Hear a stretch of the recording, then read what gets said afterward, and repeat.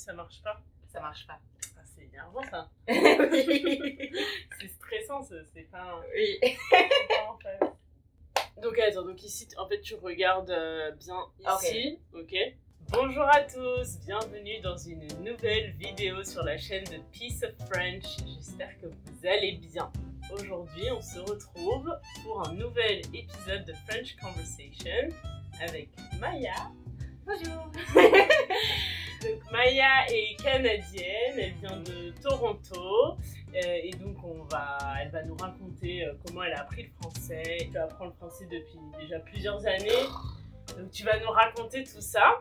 Avant de commencer la conversation, je voulais vous parler du sponsor de la vidéo d'aujourd'hui, HelloTalk. Donc HelloTalk, c'est une application qui vous permet de trouver un partenaire de langue. Donc si vous aussi vous voulez pratiquer la conversation, je vous recommande fortement cette application. Donc en fait, sur HelloTalk, vous pourrez trouver quelqu'un qui apprend votre langue et faire avec lui un échange de langue. Si vous êtes par exemple anglophone, comme Maya, et que vous voulez apprendre le français, alors vous pouvez chercher sur l'application un francophone qui apprend l'anglais. Okay, et ensuite vous pouvez discuter sur l'application, vous envoyer des messages écrits et des messages vocaux. Donc pratiquer à la fois l'écrit et l'oral, c'est totalement gratuit. Il y a une fonctionnalité que j'adore, je ne sais pas si tu connais, c'est la possibilité de corriger les messages de l'autre. Oui, ça, c'est très super très bien. Ouais, ça c'est très sympa. Avec Doron, on se parle directement sur l'appli et il m'envoie des phrases en français et je lui corrige ses phrases. Ah oui? Et ce qui est bien, c'est qu'il peut voir les erreurs et la correction. Donc ça, j'adore cette fonctionnalité. De voir le processus d'apprentissage de langue. Exactement. Ça, c'est hyper bien de voir ses erreurs et d'apprendre de ses erreurs. Donc, si ça vous intéresse et si vous aussi vous voulez trouver un partenaire de langue, je vous laisse un lien dans la barre d'infos pour télécharger l'application. Et c'est parti pour notre conversation. J'ai toujours voulu faire ça dans la le barre d'infos. Doron, il se moque de moi tout le temps. Tous les youtubeurs, ils font comme ça. Ça devient... Tu sais, c'est automatique. Oui. Ça devient automatique. Oh, mais c'est super mignon. Ok, alors Maya, est-ce que tu peux te présenter, nous raconter qui tu es Oui.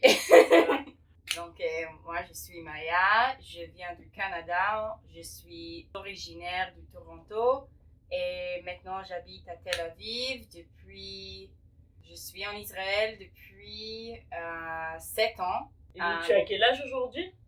J'ai 24 ans. 24 ans. 24 ans. J'ai du mal aussi avec C'est difficile pour les anglophones, la prononciation du R. Quand c'est seulement le R, j'ai pas beaucoup de problèmes. Mais quand c'est R et après E ou A, c'est super difficile pour moi. Donc quand c'est R suivi d'une voyelle, c'est difficile? Oui. Mais de certaines voyelles en fait. Okay. Par exemple, rue, c'est pas super difficile, c'est pas naturel, mais c'est pas trop difficile pour moi. Mais A, c'est rire. Le mot rire, par exemple. J'ai beaucoup de mal avec ce mot. Ok. Voilà. C'est intéressant parce qu'en hébreu, on a aussi des R qui sont même encore plus prononcés que les R français. Oui, mais c'est drôle en fait, parce qu'en hébreu, ils toujours me disent que j'ai un accent d'anglophone en hébreu, mais avec des certains mots aussi. C'est pas avec tous les mots, et ça dépend aussi si je suis super fatiguée ou... Quand t'es fatiguée, tu vas avoir un accent plus prononcé. Oui, c'est plus prononcé, mais... Non, mais je comprends, moi aussi, quand je parle anglais, en général, j'ai pas trop d'accent français. Mais c'est vrai que quand je suis fatiguée, on va entendre un peu plus l'accent. Ah, ok.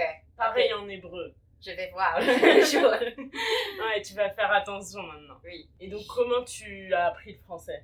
Donc, j'ai commencé à apprendre le français et l'hébreu ensemble quand j'avais 5 ans. Ok. À l'école, je suis allée à une école juive.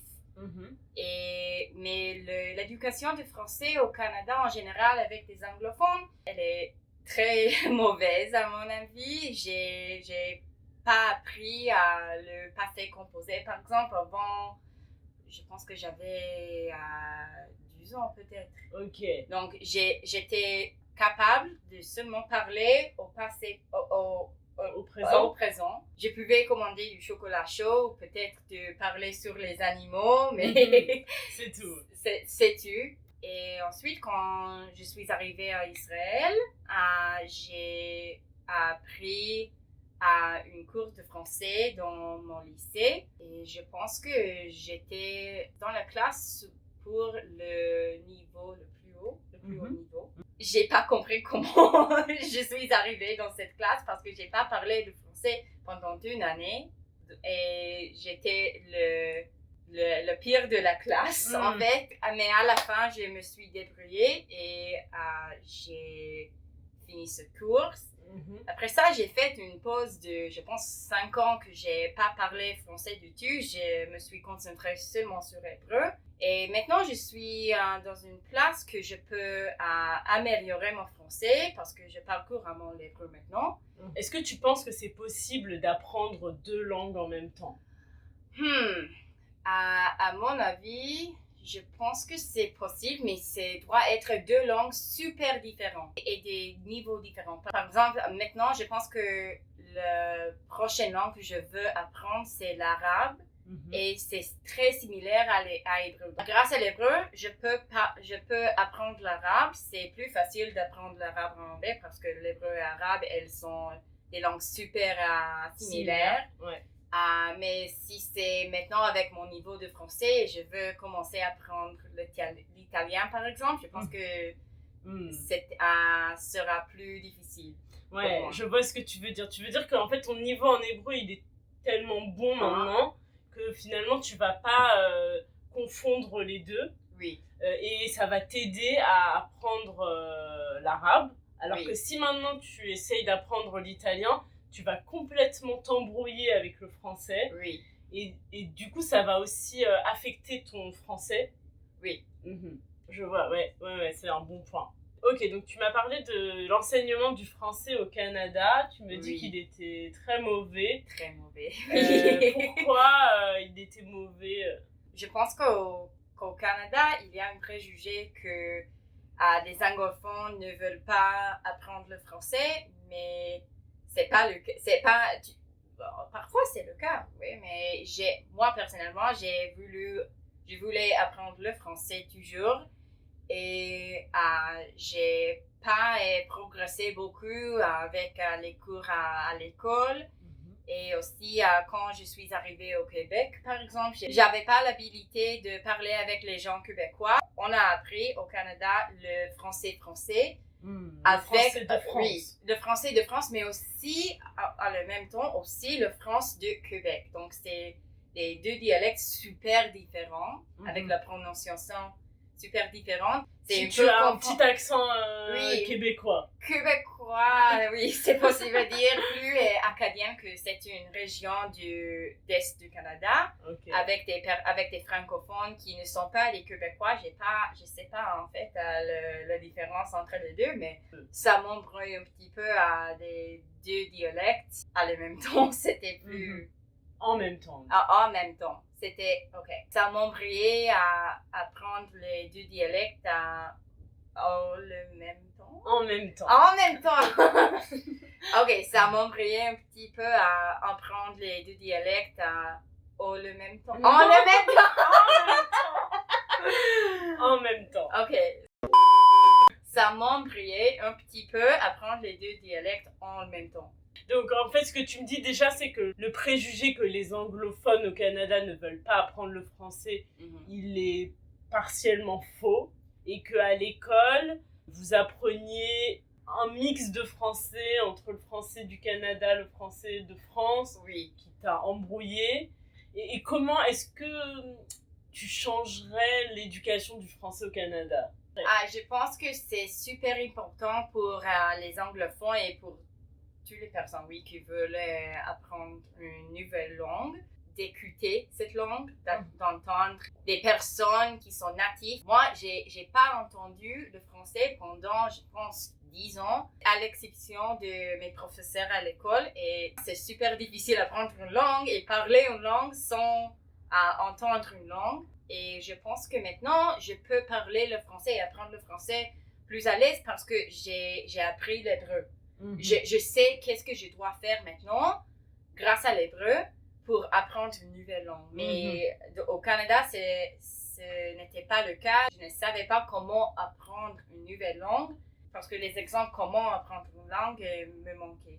Peut-être qu'il faudrait intégrer le français au-delà des cours de français. Oui. Vous pourriez avoir des cours d'histoire-géographie en français ou de mathématiques en français pour intégrer la langue dans le quotidien. Donc, il y a des programmes comme ça. Ça s'écrit French Immersion, l'immersion français. Et c'est quand les anglophones, les enfants anglophones, ils vont à l'école en français, demi en français, demi en anglais. Mais le problème est qu'ils n'ont pas un bon niveau de français ni un bon niveau d'anglais. Moi, j'ai des amis qui ont du mal à écrire en anglais maintenant. Ah ouais? Oui. Elles ont du mal avec l'orthographe en anglais, et donc c'est leur langue maternelle. Elles n'ont pas appris l'anglais comme il faut, et ni le français. Donc c'est un petit peu problématique. D'accord. Est-ce que tu envisages de retourner vivre au Canada? Pour moi, non. Je ne peux pas imaginer que je voulais rentrer au Canada. Que je veuille. C'est du subjonctif. C'est le subjonctif. J'ai du mal avec le subjonctif. Je suis hyper contente en Israël. J'ai beaucoup d'amis, j'ai un copain. Maintenant aussi, j'ai fait mon licence ici en Israël dans les arts multidisciplinaires. Et voilà, je suis super contente aussi avec le temps ici. Au Canada, il est toujours froid et l'hiver est super difficile là-bas. Et voilà, je pense que je veux rester ici. Et aussi, c'est plus près d'Europe, par exemple. De l'Europe? De l'Europe, oui. Quand nous ne sommes pas dans l'époque du Corona, c'est plus... C'est plus facile de voyager à l'étranger et aux pays qui sont plus intéressants et pas juste les États-Unis. Les États-Unis. Et c'est très intéressant, les États-Unis. Il y a plein de choses à faire là-bas. Oui. Si, attends. Aux États-Unis, je pense que c'est le pays où tu peux voyager là-bas, tu peux rester des mois. Comme chaque État facilement. Chaque État est comme un pays, tu vois. Oui. Le Texas, c'est plus grand que la France, par exemple. Oui. Donc, je suis pas d'accord. Oui. Je pense que le boule du plastique qui est dans l'océan maintenant, je pense qu'elle est... Elle est 2 fois plus grande que le Texas? Oui. Mais c'est quoi cette bulle de plastique? C'est une bulle de plastique. Tous les gens, ils jettent leur plastique, leur bouteille de plastique. C'est pas vraiment une bulle. Une bulle, c'est like a bubble. C'est pas une bulle, c'est une balle. Une balle, like a ball. It's like a giant ball of plastic floating in the ocean. Ok, wow. Et tu dis que c'est 2 fois la taille du Texas, wow. Oui. Okay. Et donc tu me dis que tu étudies l'art multidisciplinaire. Tu peux nous parler un peu de tes études, de qu'est-ce que tu étudies? Je fais une licence des arts. Les arts multidisciplinaires, c'est juste un nom et un titre plus impressionnant. Ouais. Que juste les arts. Donc moi, j'ai déjà fait la photographie et les dessins. Je suis une dessinatrice et une photographe. Donc pour ces raisons, j'ai voulu apprendre les arts. Maintenant, je suis dans ma 3e année des études et il reste juste une année et je finirai. C'est un peu effrayant. Tu te spécialises dans un art en particulier? Dans le dessin et dans la photographie. Et tu aimerais faire quel métier après? C'est intéressant parce que avant que j'ai commencé mes études, j'ai préféré toujours la photographie et je pensais que je veux être une photographe un jour. Mais en fait, maintenant, c'est l'inverse. Je préfère le dessin. Je veux pas être une dessinatrice, par exemple, mais je veux être une art thérapeute. Je pense que c'est plus facile pour moi, en fait, maintenant, à m'exprimer via le dessin. Tu as évolué, en fait. On évolue tous. Oui. C'est normal. On n'a pas raconté comment on s'est rencontrés. Donc, j'ai commencé comme une abonnée et j'ai cherché des vidéos en français qui étaient de mon niveau. Et j'ai trouvé Elsa. La première vidéo que j'ai vue, c'était la vidéo avec ta sœur, en fait. La conversation. C'était une conversation. C'était aussi une conversation. Tu te rends compte, la première vidéo, c'était une conversation. Et maintenant, aujourd'hui, t'es ici. Et en fait, elle a dit dans cette vidéo qu'elle habite en Israël et j'ai découvert que nous deux, nous habitons à Tel Aviv. Elle m'a contactée, je crois que tu m'avais envoyé un message sur mon site. Sur ton site, oui. Ouais. C'était sur ton D'ailleurs, site. si vous cherchez à me contacter, il vaut mieux m'envoyer un message via mon site. C'est aussi dans le barre d'enfants. Ouais, c'est un barre d'enfants. Pas sur Instagram parce que je n'y vais pas beaucoup. Et ben Maya, merci beaucoup pour cette conversation. C'était très intéressant. Si vous avez aimé la vidéo, likez-la. Abonnez-vous à la chaîne si vous n'êtes pas abonné. Et je vous dis à mercredi prochain pour une nouvelle vidéo. Bye bye.